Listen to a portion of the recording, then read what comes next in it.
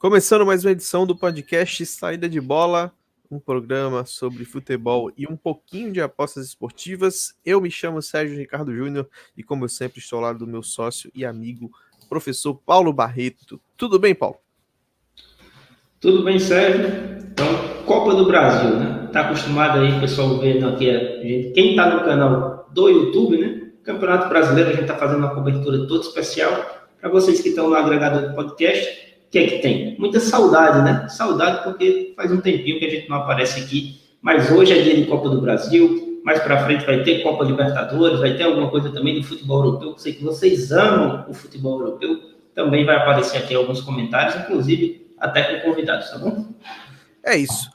Como o Paulo adiantou, a gente está fazendo a gravação. A gente faz, se você que está no Spotify e nos outros agregadores de podcast, no Google Podcasts, por exemplo, que é um grande agregador de podcast, a gente faz a gravação ao vivo desse podcast no YouTube. Então, se você quer nos assistir ao vivo com imagens, ou se você quer acompanhar outros conteúdos para além do podcast, basta se inscrever no nosso canal, acessar no link youtube.com/saída de bola. Se você se inscreve lá, você vai ter acesso a outros conteúdos. A gente fala bastante sobre o Campeonato Brasileiro. A gente tem um programa na segunda-feira só para discutir o Campeonato Brasileiro e atualizar um Power Ranking que a gente tem coletivo, que é chamado Rodada Power. Então, assim, tem muito conteúdo bacana no nosso canal do YouTube.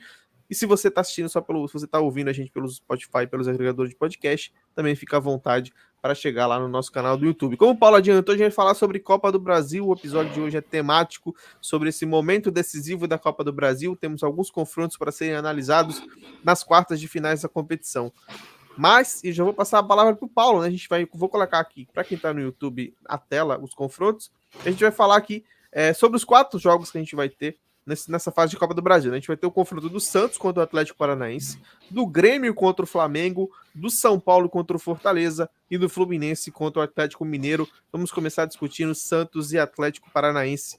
Paulo, como é que você analisa esse confronto, esse momento da temporada de Santos e de Atlético? Tem um favorito para passar nesse jogo? Na minha visão, tem sim, e esse favorito é o Atlético Paranaense. Vou explicar um pouquinho por quê. As duas equipes, pelo menos na minha visão, elas vêm mostrando um declínio técnico. Né? Nas últimas semanas, as equipes não vêm desempenhando tão bem quanto já desempenharam na competição.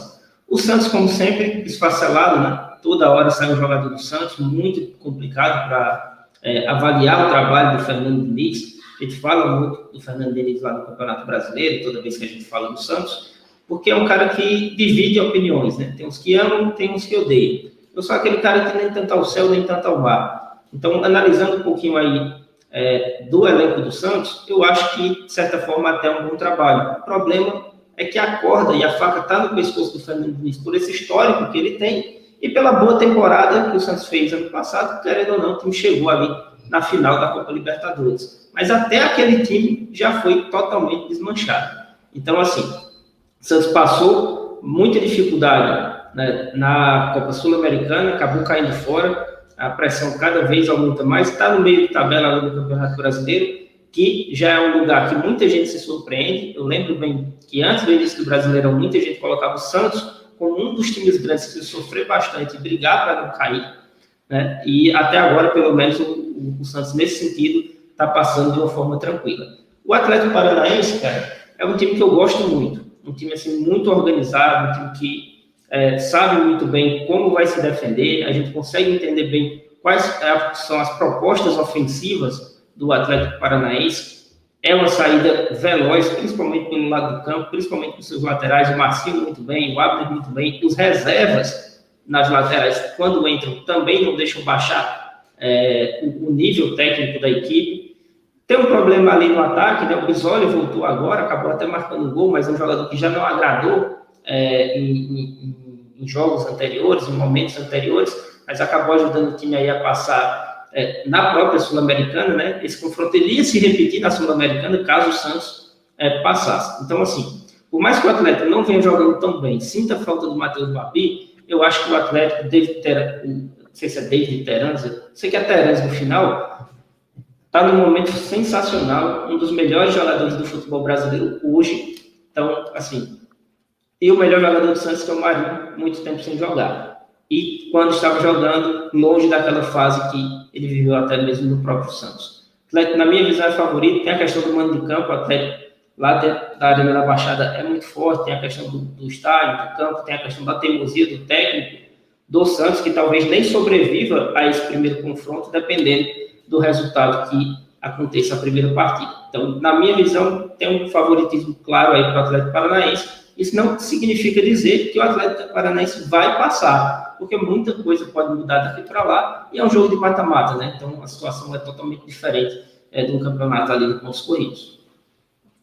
Tendo a concordar com esse favoritismo do Atlético Paranaense, mas eu vejo um jogo um pouquinho mais equilibrado, assim, puxando até para as fases anteriores, né? O Atlético chega nessa fase decisiva da Copa do Brasil, passando pelo Atlético Goianiense, um adversário um pouco mais mais de nível técnico superior ao Juazeirense, né? Que foi o adversário do Santos. O Santos venceu por 4-0, depois perdeu para o Juazeirense fora de casa. E muito por esses confrontos fora de casa que eu acho que o Atlético é favorito, assim. Acho que o Santos não consegue render muito bem fora de casa, então acho difícil que o Santos consiga, por exemplo, um bom resultado na arena do Atlético, né?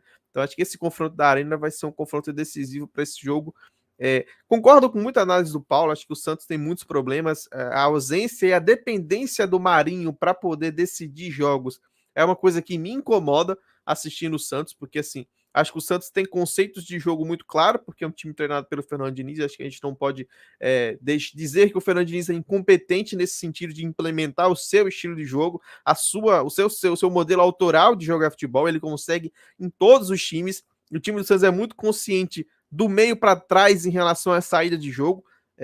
O Diniz ele tem essa capacidade de inserir dentro da cabeça dos atletas o modelo de jogo de saída dele, e os caras conseguem comprar a ideia e implementam isso, dependendo da qualidade técnica deles, às vezes muito bem, às vezes muito mal. Então, assim, o Santos é um time que tem conceito, que tem modelo de jogo, mas que falta um pouco de decisão na frente, assim. E, por exemplo, sem o Marinho, é um time que sente muito, assim, não tem jogador do meio para frente que coloca a bola embaixo do braço e resolva. Até o Caio Jorge, que era um dos meninos aí de maior qualidade do Santos, foi para a Juventus, né? Saiu do Santos. Então, assim, o Santos perde jogadores, como o Paulo falou, a todo instante, assim. Você piscou, até o momento que a gente vai soltar esse podcast, não é capaz do Santos ter perdido mais um jogador.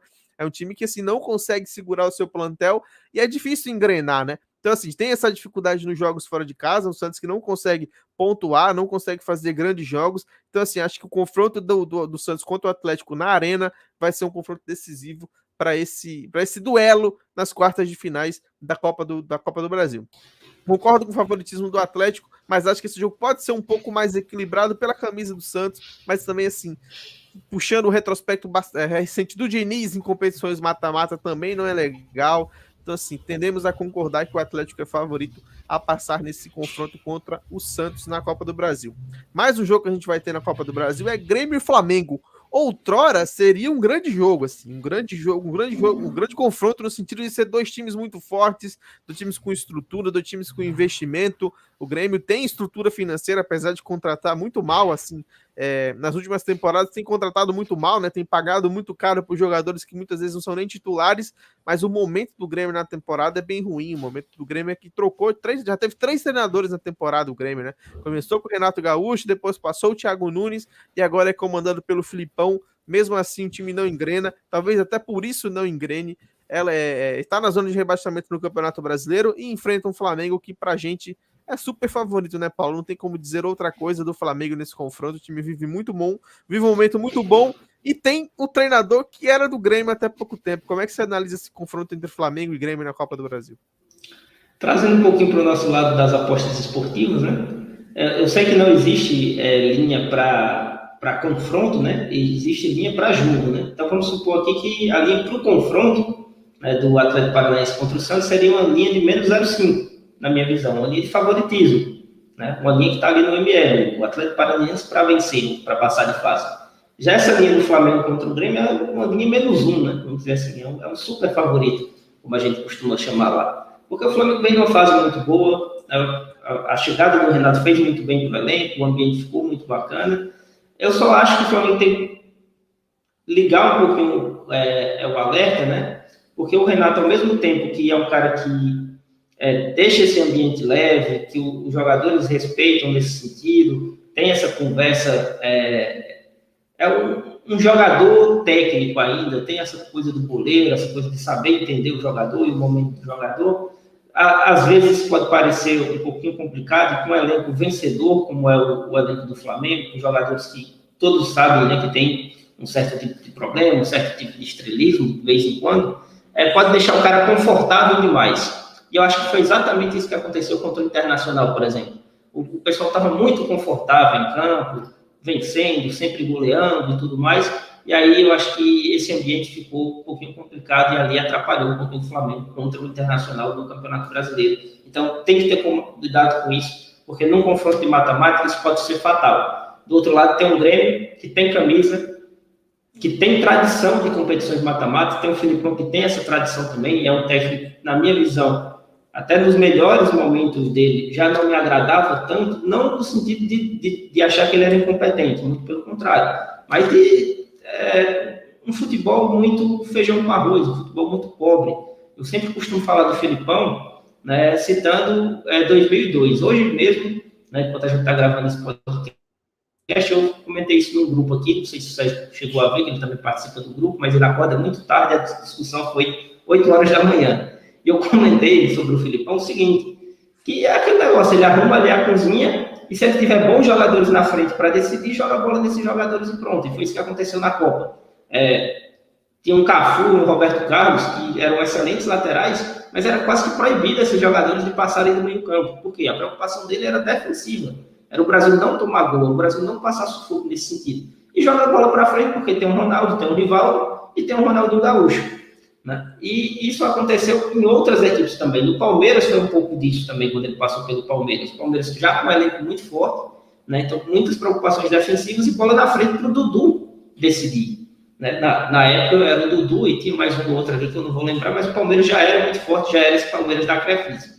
Então, assim, do Grêmio eu não espero muita coisa. Do Flamengo, precisa ter esse cuidado. É favorito? Acredito que vai passar? Sim. Mas é um confronto de mata-mata, são duas camisas pesadas, e enfrentar time brasileiro contra outro time brasileiro nesse tipo de situação iguala um pouquinho, na minha visão, o confronto que, se fosse camisas diferentes, né, não fosse o Flamengo, não fosse o Grêmio, vivendo a situação que eles estão vivendo agora, para mim era um favoritismo ainda maior para o lado do Bruno.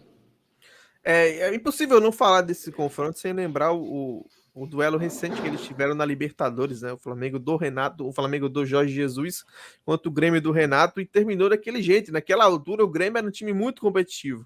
Era um time, um dos favoritos para vencer, inclusive, aquela edição da Libertadores, e teve aquele meme, né? Gerou aquela goleada de 5-0, virou aquela coisa do 5, né? Que vira meme, virou figurinha aí. É um meme que roda muito o WhatsApp do Brasil inteiro em relação a quem acompanha o futebol e quem brinca de falar e comentar sobre futebol.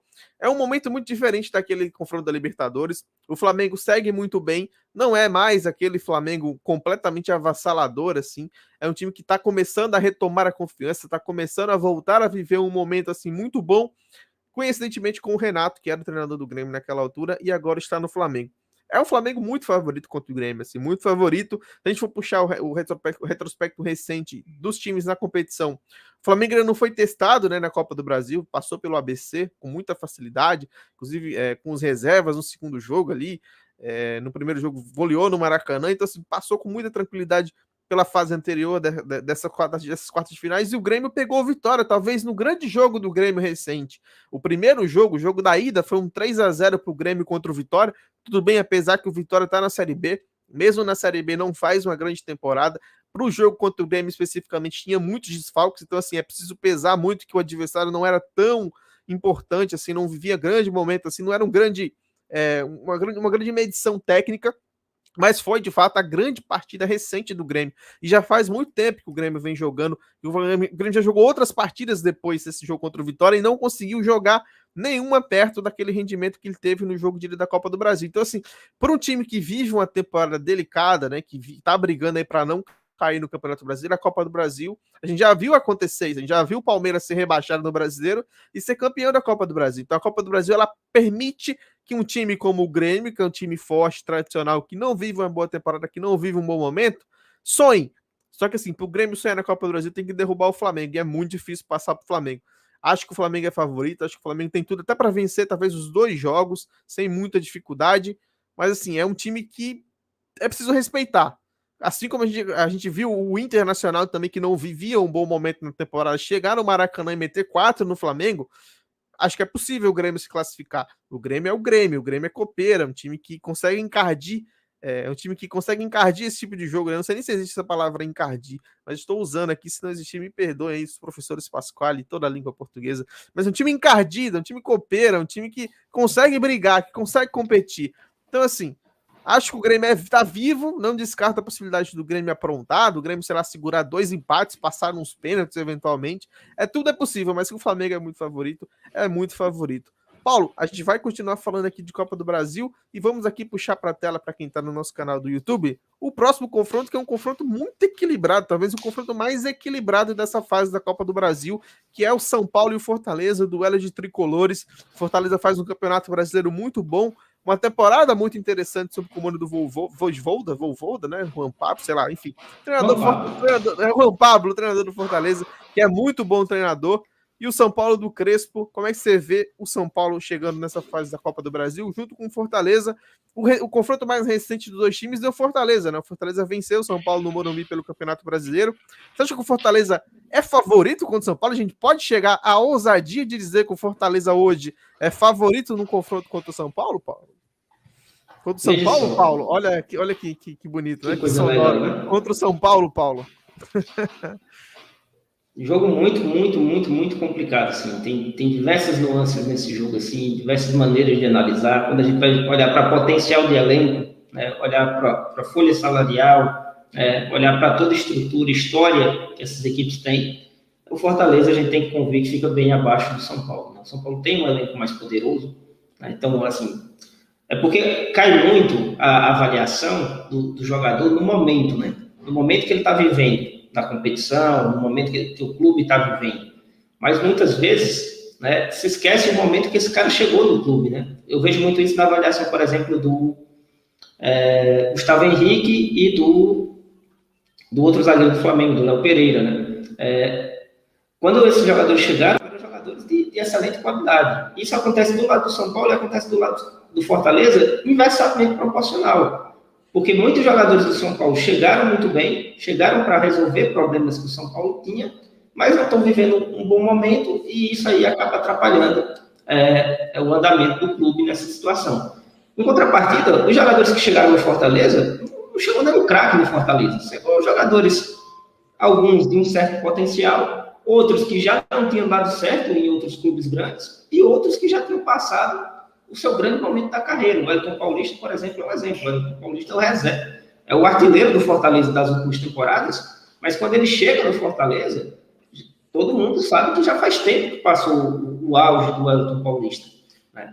E outros jogadores, né? Tanto é que se esses jogadores estivessem realmente muito bem, eles não viriam para o Fortaleza, iriam para uma praça e para um centro ali que tem uma condição financeira maior. Fortaleza é um time muito organizado economicamente, mas é isso, é organizado economicamente, não tem o potencial que o São Paulo tem. Não tem o potencial nem que o Vasco, por exemplo, na segunda divisão tem.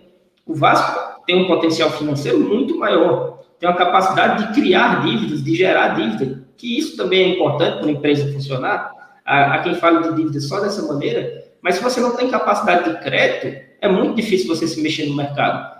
Enfim, tirando tudo isso, vamos para dentro de campo, né? O que está acontecendo dentro de campo? Uma crise muito forte no São Paulo, né? Crise por quê? Porque o São Paulo caiu fora da competição, porque tem a questão do Daniel Alves, tem o Crespo pela primeira vez aí sendo questionado, e acredito que isso acontece principalmente porque a derrota foi para o Palmeiras. Por exemplo, se o São Paulo é eliminado para um River Plate da vida, por mais que o River Plate esteja muito abaixo do Palmeiras no momento, né, o time do River Plate é muito mais fraco que o time do Palmeiras no momento, mas é um adversário de fora, um adversário que ultimamente venceu a Libertadores, está sempre chegando, então isso seria minimizado. Mas como foi para o seu arquirrival, um time que o São Paulo mesmo ganhou o Campeonato Paulista em cima dele, então a crise é maior. Então o Campeonato Brasileiro muito longe da expectativa do torcedor, né? Jogadores ali como Pablo, né, e vários outros. Na minha visão, por exemplo, o Lisieiro é um cara que eu não consigo entender muito bem assim, como é que ele é titular absoluto da equipe. Acho até um jogador de um certo potencial e tudo mais, mas é um cara que, na minha visão, não cria tanto ofensivamente, é um cara que não tem uma pegada tão forte. tem os garotos ali, e também não pode cair na conta deles, né? Eu ia começar a citar aqui os garotos, mas eu acho que os jogadores mais experientes que tem uma parcela de culpa maior nesse momento. E o Fortaleza que apresenta um futebol assim, dos melhores do Brasil, né? Dos melhores do Brasil, realmente, porque é um time que joga de igual para igual contra times fortes, mostrou isso contra o Palmeiras, mostrou isso contra o Flamengo, mostrou isso contra o Atlético Mineiro dentro do Campeonato Brasileiro. Então, não espero nada de diferente para cima de São Paulo. Então, tem essas duas coisas. Em potencial, eu estou do lado do São Paulo. No momento e no desempenho que eu estou vendo dentro de campo, eu estou do lado do Fortaleza. De fato, essa diferença ela explica muito o tamanho do equilíbrio desse confronto, né? Esse momento. É estranho pensar que o São Paulo chegaria numa fase tão aguda de Copa do Brasil e não seria favorito contra o Fortaleza, mas assim, tradição, camisa é uma coisa a ser respeitada, mas o que vale de fato é o rendimento, que vale dentro de campo. E dentro de campo hoje o Fortaleza é um time um pouco mais organizado que o São Paulo, é um time que consegue ter mais regularidade, que consegue desempenhar o mesmo padrão de jogo de uma partida para outra. São Paulo é irregular. E acho que essa irregularidade tem muito a ver também com as lesões. O Departamento Médico de São Paulo faz uma temporada horrorosa, assim. É lesão em cima de lesão, o time nunca consegue contar com seus principais jogadores. E acho que isso é um ponto a ser decidido, a ser discutido para esse confronto contra o Fortaleza. Será que o São Paulo vai ter força máxima? Será que o São Paulo vai poder contar dessa vez com o Benítez, caso que não conseguiu na Libertadores contra o Palmeiras? Será que o Luciano vai voltar a jogar depois de tanto tempo parado, lesionado? Será que o Marquinhos, o menino que surgiu tão bem num confronto contra o Racing pela Libertadores, num confronto mata-mata também, e machucou? Será que ele vai conseguir ter regularidade? Será que ele vai conseguir voltar? O Daniel Alves vai continuar jogando na lateral? Enfim, são muitos questionamentos. São Paulo não vive um momento, nesse momento que a gente está fazendo o podcast, bom. É um momento de discussão sobre o futuro, sobre o que vai mudar, o que precisa mudar no São Paulo, mas é um time capaz de eliminar o Fortaleza numa Copa do Brasil. E acho que esse primeiro jogo, sendo o Morumbi, é melhor para o São Paulo. Acho que o São Paulo vai jogar no Ceará o primeiro jogo e toma lá um 2-0, 1-0, eu acho que volta muito mal pelo momento da temporada, voltaria muito abalado psicologicamente, acho que praticamente eliminado da competição. Então, assim, jogar primeiro em casa, que normalmente as pessoas, os times não gostam, né? Torcedor, os times normalmente preferem jogar a segunda fora para poder decidir em casa. Eu acho que em alguns momentos é melhor você jogar em casa. Eu acho que o São Paulo jogar a primeira em casa, nesse momento da temporada, é melhor para o time. Então, assim, reunir as melhores forças, né, para o São Paulo, reunir quem consegue jogar, os seus principais jogadores e apostar na Copa do Brasil, porque realmente, se depender do Campeonato Brasileiro, a vida do São Paulo tá muito difícil. Porque assim, o time tá se recuperando, tá conseguindo nadar ali contra uma correnteza muito forte, né? Que é você conseguir escapar do bloco de baixo e encolar no bloco de cima. É muito difícil no Campeonato Brasileiro, muito difícil mesmo. São Paulo vai enfrentar essa marézinha na virada de turno, né? Nessa reta final de primeiro turno do Campeonato Brasileiro, começo de segundo. É a grande missão do São Paulo, se descolar do bloco de baixo e tentar se aproximar do bloco de cima. Se o brasileiro fosse uma maratona, a gente tá aquele sprint final, né? A gente viu nas Olimpíadas recentemente, os maratonistas que eles andam todos em blocos durante basicamente, se uma maratona tem 2 horas, eles ficam 1h40 andando, correndo todos em bloco ali. Todo mundo, não tem ninguém parte. Ninguém parte assim, não, eu vou liderar a maratona aqui. Porque você vai poupando a sua energia, você vai competindo, você vai chegando no pelotão da frente ali, você vai todo mundo junto, e aí na reta final ali, faltando poucos metros, é que você consegue destacar. Acho que o São Paulo vai ter que chegar, vai ter que correr muito durante esse segundo turno aí, para poder encostar no pelotão da frente e quem sabe brigar por uma vaga na Libertadores do ano que vem. Mas, nesse momento da temporada, não acho que é favorito o São Paulo contra o Fortaleza, mas também não acho que o Fortaleza é favorito contra o São Paulo. Para mim é muito igual esse confronto. E o que vai decidir, assim como eu falei do CAP contra o Santos, o primeiro jogo ser na arena do CAP, para mim é uma vantagem para o CAP em relação ao Santos, porque o Santos joga muito mal fora de casa. Então acho que o CAP pode fazer um resultado já no primeiro jogo e levar um placar mais tranquilo para a Vila Belmiro. E acho que também pode ser o caminho, pode ser a estratégia do São Paulo contra o Fortaleza. Tentar fazer um jogo perfeito no Morumbi, abrir 2 gols de vantagem e ir para o Ceará com resultado embaixo do braço, jogar pelo regulamento e tentar avançar na Copa do Brasil. Lembrando que o São Paulo nunca foi campeão da Copa do Brasil. Provavelmente esse vai ser o grande objetivo do time na temporada, visto que título de Campeonato Brasileiro é praticamente impossível. Paulo, para a gente fechar a análise das quartas de finais da Copa do Brasil, a gente vai ter Fluminense e Galo. O Galo que é líder do Campeonato Brasileiro nesse momento, e eu gostaria que você analisasse aí o Flusão contra o Galo pela Copa do Brasil. Antes da gente fechar, a gente tem que decidir, né? Quem é o nosso favorito. Que quem está acompanhando no YouTube está vendo que a gente está com a tela aqui aberta, né? A gente foi de CAP no primeiro confronto, foi de Flamengo no segundo confronto, e agora de São Paulo e Fortaleza. Antes de passar para você, vou fazer o seguinte, ó. Eu estou fazendo aquela comparação de como o confronto fosse apostas esportivas, né? Menos 0,5 Galo, desculpa, CAP, menos 1 ou mais Flamengo, né? E para esse jogo, era aquele jogo que eu ia esperar o mercado, porque assim, para mim, a linha justa ali seria 0, a linha de handicap 0, né? O DNB, com um certo favoritismo para o Fortaleza, porque eu considero muito mais o desempenho do que o potencial das equipes diante de uma situação que a gente já tem muitos jogos na temporada, né? A gente já tem os adultos jogando há muito tempo. Então, seria um certo favoritismo. Mas eu acredito, ou acreditaria, que esse mercado ia muito para o lado do São Paulo. E é capaz de me dar um mais 0,25 para o lado do Fortaleza. Então, eu ia esperar essa movimentação do mercado aí para pegar um Fortaleza de underdog, enquanto na realidade eu acho o Fortaleza um pouquinho favorito. Então, eu estava tentando fugir do compromisso de ter que dizer quem vai passar, e o Paulo foi buscar. O Paulo não me deixou fugir da responsabilidade, e tudo bem, vamos arriscar. Eu vou apostar com clubismo aqui, então eu vou deixar o meu clubismo falar mais alto. Eu quase nunca faço isso, mas nesse confronto que eu acho que é muito handicap zero, como o Paulo falou, com linhas mais ou menos iguais, mas assim, até no handicap zero a gente tem um favorito. Normalmente quem tem a odd mais baixa do handicap zero é o favorito, mesmo que minimamente é o favorito. Então eu vou colocar o São Paulo aí como favorito para esse confronto, principalmente porque eu acho que essa partida de ida no Morumbi pode fazer a diferença no confronto. Então acho que o São Paulo tem a possibilidade de vencer e levar o resultado para o jogo do Ceará, e entrar em campo um pouco mais tranquilo do que entrou, por exemplo, contra o Palmeiras, onde tinha que buscar um gol fora de casa de todo jeito, né? São Paulo tomou o gol fora de casa na ida, então assim, entrou no jogo contra o Palmeiras obrigado a fazer um gol, porque se não fizesse nenhum gol, estava eliminado. Então assim, é muito mais difícil você entrar num jogo de volta na casa do adversário precisando do resultado. Então se o São Paulo faz o resultado na ida, é a responsabilidade toda para o Fortaleza. Aí o Fortaleza vai ter que rebolar para classificar em cima do São Paulo. Mas caso o São Paulo faça o jogo na ida, pode ser que o São Paulo empate, pode ser que o São Paulo perca. Eu vou apostar no São Paulo com clubismo para avançar na Copa do Brasil. Pois é, vocês não estão vendo, quem está acompanhando os agregadores do podcast, né? Mas a gente está compartilhando uma tela aqui, que é do Globo Esporte, né? Simulando os confrontos, né? E o Sérgio parte da premissa desse primeiro jogo, né? Mas esse primeiro jogo tem que acontecer. Mas quem está controlando o site aqui, as escolhas sou eu. Então o Sérgio vai de São Paulo, eu vou de Fortaleza e eu vou colocar o Fortaleza, tá bom, Sérgio? Só para lhe provocar, é tricolor de aço contra o tricolor do Morumbi. Vai dar o tricolor de aço. É isso, vamos passar agora para o Fluminense Atlético, né? Eu tinha feito já a chamada, a gente não tinha terminado a análise ainda do Fortaleza e do São Paulo, porque eu tentei fugir, o Paulo não deixou, mas agora eu vou passar a palavra para ele de novo, falar de Fluminense e Atlético, o Atlético líder do Campeonato Brasileiro. O Fluminense vem de uma recente eliminação na Libertadores, onde não perdeu nenhum dos dois jogos, empatou os dois jogos e caiu fora, como a gente falou, pelo critério de gol fora.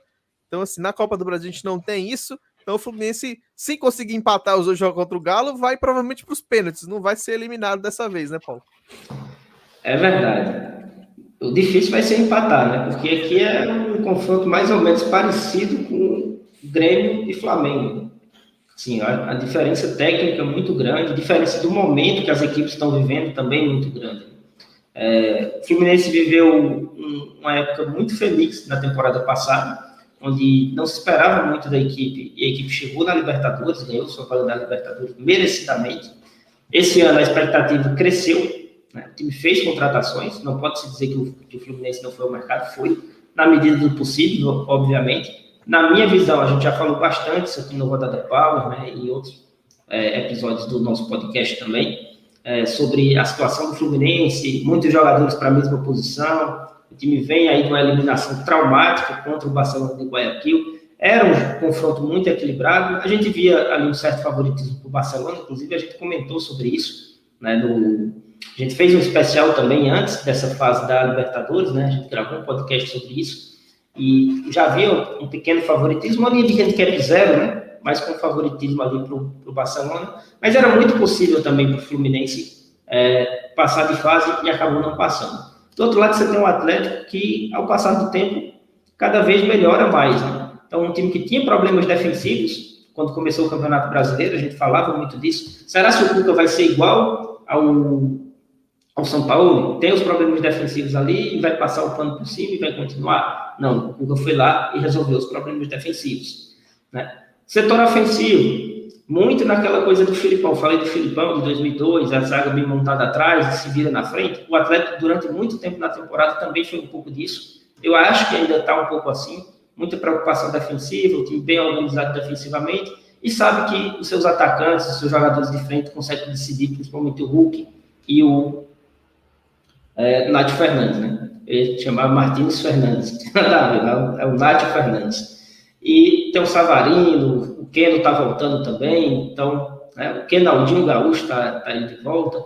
E, assim, é um time super recheado. Eu não sei se o Diego Costa vai conseguir jogar, né? Tem uma questão de inscrição ali, que se vai poder acontecer, se não vai. O Andrés Pereira no Flamengo também está passando por isso. Enfim, mas assim, a diferença técnica é grande, a diferença do momento também é grande. Para o Galo, a única questão do Galo foi a dificuldade que o Galo passou contra o Bahia. Então, contra o Bahia, o Galo mostrou que em alguns jogos o time ainda tem alguns problemas, que ainda baixa um pouquinho dessa pressão. Quando seus melhores jogadores, né, não estão tão inspirados assim, que são seus jogadores de frente, o time passa um pouquinho de aperto. Mas assim, eu não vejo um Fluminense capaz de pressionar o Atlético Mineiro, de ter uma marcação mais forte, de atrapalhar a saída de bola do Atlético, até porque joga com jogadores lentos na frente, né? Os seus externos, vamos dizer assim, né, que são geralmente os jogadores mais jovens, eles entram com função muito defensiva. Isso aí para de machucar a equipe adversária. Então, as costas do Arana ali, por exemplo, que poderia ser, né, uma válvula de escape, um lugar para o Fluminense machucar o Atlético, fica complicado quando esses dois caras estão basicamente preocupados em defender e em correr pelo Fred e por um ou outro meio ali que entra também sempre lento, ou o Nenê, ou o Casares, ou o Ganso, não muda muito nesse sentido na hora da marcação. É isso, eu quero ver, eu tenho curiosidade para saber como é que o Galo vai se comportar nesse momento da temporada, onde ele acredito que ao lado do Flamengo, o time a ser batido, né? Porque, assim, a gente estava acostumado a ver o Atlético sempre correndo atrás.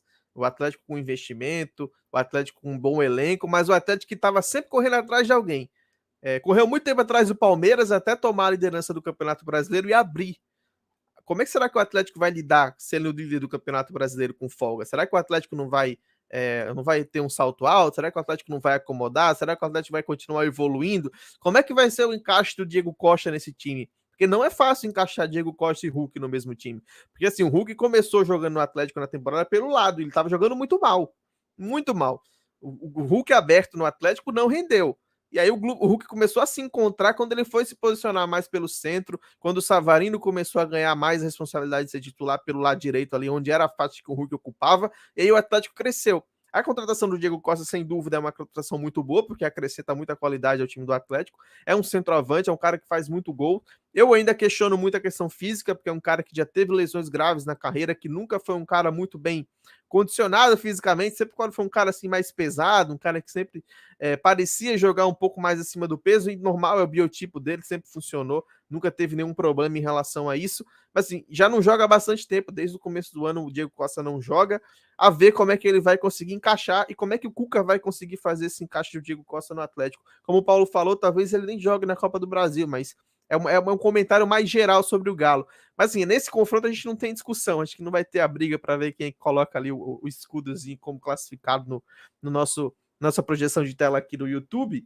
Acho que o Atlético é muito favorito, também concordo com a avaliação do Fluminense, acho que o Fluminense é um time muito inconsistente, é um time que tem muitas dificuldades, e não consegue muito bem competir, independente do adversário. Assim. Acho que fez um confronto até mais equilibrado do que eu esperava contra o Barcelona. Esperava que o Barcelona tivesse um pouco mais até de facilidade para eliminar o Fluminense. Não teve. Fez um jogo bom no Maracanã, um jogo razoável na volta, né? No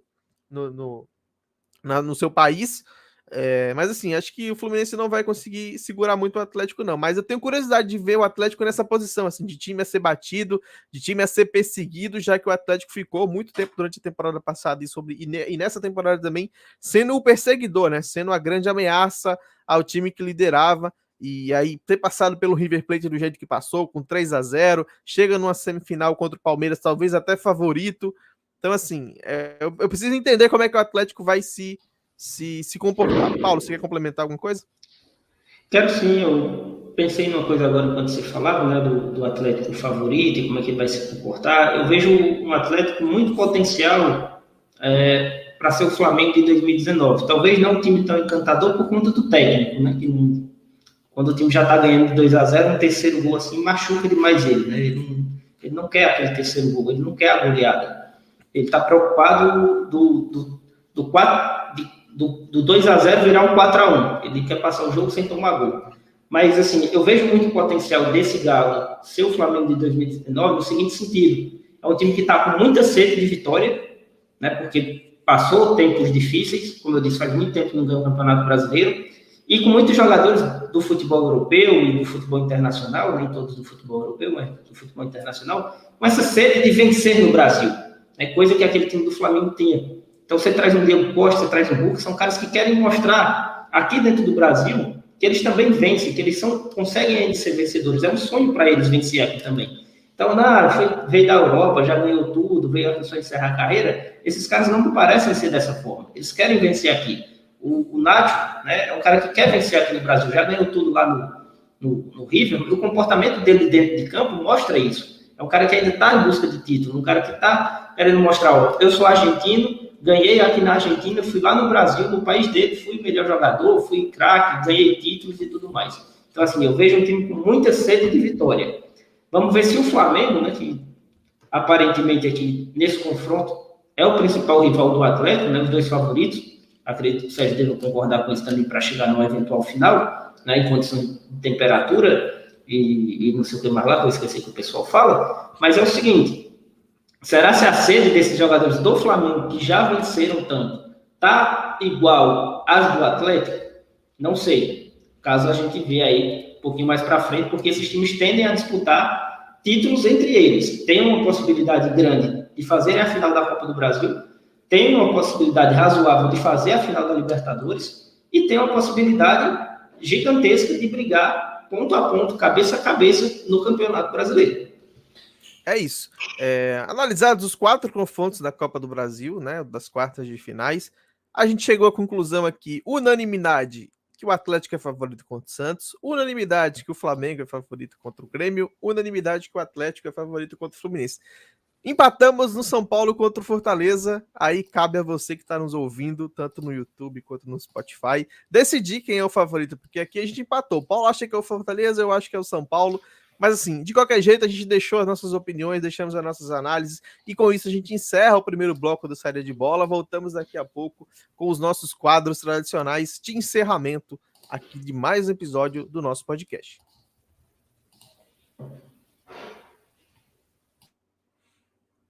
Voltamos agora com o segundo bloco do Saída de Bola para falar sobre os nossos quadros, né? Faz muito tempo que a gente não grava e eu vou passar a palavra aqui para o meu amigo Paulo. Paulo, quem merece os carimbos de Peba e Arretado dessa edição do nosso podcast? Mutado, Paulo. Desmuta aí o microfone. Antes de falar o Peba e o Arretado, né, vou deixar uma dica para a galera, né? Eu fui de Fortaleza, o Sérgio foi de São Paulo, então se você tá comigo, tá com Fortaleza, faz o seguinte, se der Fortaleza, você ganhar uma bet, manda uma camisa para mim do Fortaleza, tá ligado?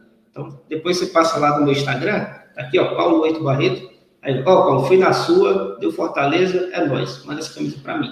Se o São Paulo ganhar, não precisa dar nada pro Sérgio não, porque ele já tem uma coleção de 50 camisas aí do São Paulo, que eu sei, ele não gosta de usar aqui na frente das câmeras, né, para não constranger o nosso amigo tele-youtuber espectador, né, com tantas camisas que ele tem do nosso queridíssimo tricolor paulista. Mas vamos lá, carimbo de Peba de Arretado, falando muito de Copa do Brasil, eu vou trazer aqui Libertadores da América para vocês. Não se preocupe, antes da semifinal vai ter um programa especialíssimo, tá bom? Além de tudo que a gente falou aqui, de projeções, a gente vai falar do mercado, tá bom? O que, que a gente projeta para a abertura do mercado, quem é que a gente acredita que vai passar. Vamos falar taticamente das equipes, como é que cada um joga, qual é o segredo ali para um time superar o outro.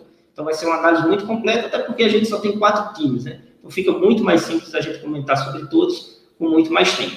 Bom, dito isso, carimbo de Arretado vai para times brasileiros na Libertadores. Quando a gente começou esse podcast, eu não lembro se foi o primeiro ou se foi o segundo, a gente trouxe aqui um tema que foi os times brasileiros sendo eliminados pelos times argentinos nas competições sul-americanas. né? E a gente vem aqui para um outro programa numa situação totalmente diferente. O Brasil bate o recorde de participantes na semifinal, são 3, poderia ser até 4 se o Fluminense tivesse passado. Então, assim, num momento espetacular. Um momento que acredito que o Brasil já deveria estar passando há mais tempo, porque o abismo técnico é grande entre os times brasileiros e os demais times sul-americanos. E esse abismo vem de uma questão simples, que é a questão financeira. Os times brasileiros têm capacidade financeira muito maior do que os times argentinos, do que os times paraguaios, uruguaios, não vou citar aqui nem os outros países que estão em situação pior ainda. Mas dessa vez, sim, os times brasileiros conseguiram mostrar todo esse favoritismo passando de fase. O Fluminense, que é um time médio do futebol brasileiro hoje, nesse sentido, né, não tem muito investimento, a gente sabe dos problemas financeiros que o Fluminense passou recentemente e ainda passa, e de qualidade técnica também. Perdeu para um Barcelona, que é um time que razoavelmente tem um potencial ali financeiro diferenciado dentro da América do Sul, mas muito longe dos times brasileiros nesse sentido. Então, assim, parabéns para os times brasileiros, finalmente a gente conseguiu mostrar essa superioridade dentro de campo. O meu carimbo de Peba vai para os times argentinos, para o futebol argentino de modo geral, que está muito enfraquecido, mas muito, muito enfraquecido mesmo. É um campeonato que todo ano muda, ora o governo se mete, ora é liga dos times, ora é de um jeito, ora é de outro. Isso vai bagunçando todo um campeonato, todo um cenário, e dificultou bastante o trabalho, né? A gente está acostumado muito com os times argentinos, a gente fala muito da raça dos times argentinos, do jeito que eles jogam, da catimba e tudo mais, mas eu sempre pensei também nos times argentinos muito pelo sentido de organização tática. Eles sempre foram muito organizados taticamente, um futebol muito rápido, de troca de passes muito rápido, não demora muito para essa troca de passes evoluir do campo defensivo e chegar no campo ofensivo. E hoje a qualidade técnica é fraquíssima. Assim. Você pegou um Boca Juniors ali contra o Atlético, cara, foi de doer. O Boca Juniors veio para praticar o antijogo, não no sentido da violência, mas o antijogo de evitar que o Atlético jogasse. Não tinha nenhuma alternativa ofensiva. E o River Plate tentou jogar, mas assim, com uma qualidade horrível. Tão horrível que deixou muito espaço, muito buraco. Assim. O Galo foi muito superior, é um time muito forte, mas teve a vida muito facilitada pelo River Plate. Assim, a defesa do River Plate, quando você olhar, muito lenta, totalmente espaçada. Então, assim, essa falta de organização que tinha o River me espantou para um time argentino.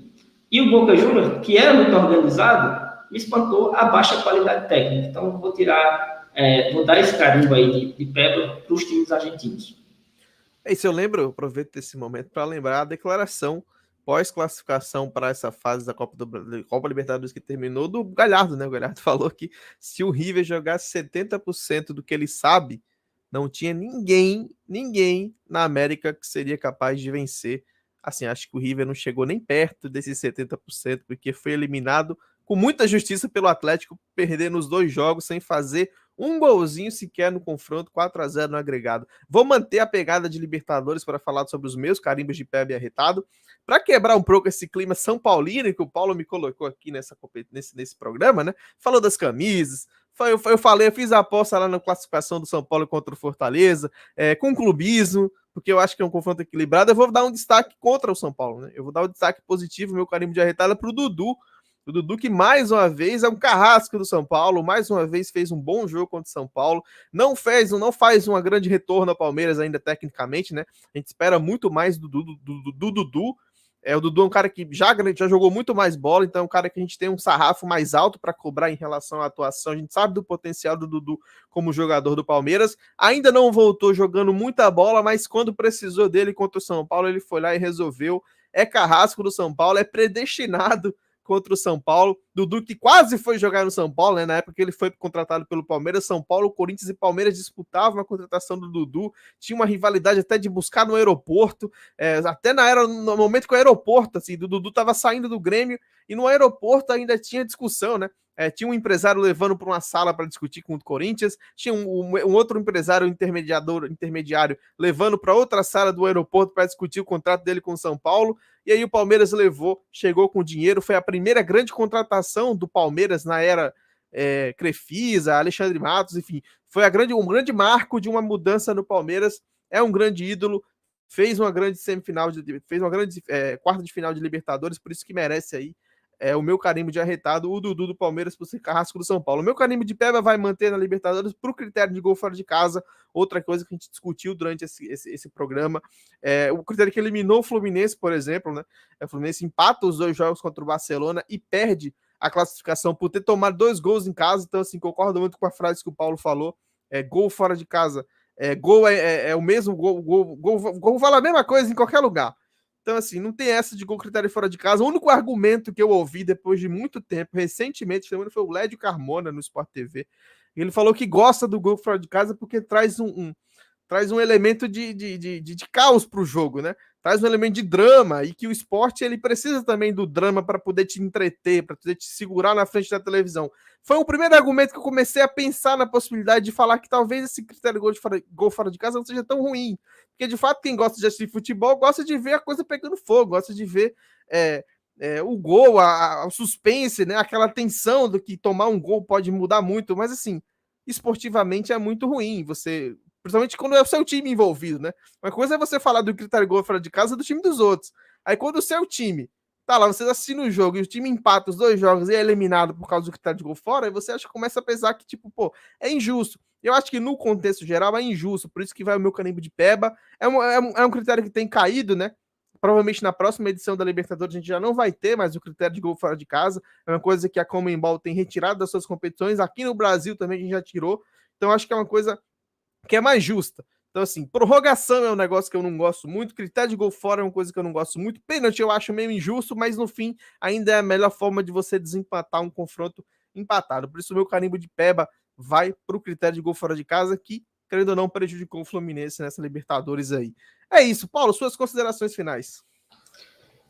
Abraço, né, galera? Muito obrigado aqui que vocês estão acompanhando esse trabalho sensacional. Sempre bom estar falando de futebol. Estava com muita saudade do podcast. Espero que vocês também falar de futebol sem aquela pressão da aposta esportiva, sem aquela coisa de ter que mandar uma bet, né? A gente, como é apostador, a gente gosta muito de futebol. A gente vira apostador exatamente por isso, porque somos amantes de futebol. Você falar de futebol dessa forma é muito legal, é muito apaixonante e cativo. Acho que nas palavras, né, da maneira que a gente fala, quem está escutando sente um pouco disso e é isso realmente que a gente quer passar, todo o amor e dedicação que a gente tem pelo futebol. É isso, um abraço para o Paulo, um abraço para você que nos ouviu, que nos acompanhou até aqui. E a gente está encerrando agora mais uma edição do podcast Saída de Bola. Voltamos em breve com mais um programa.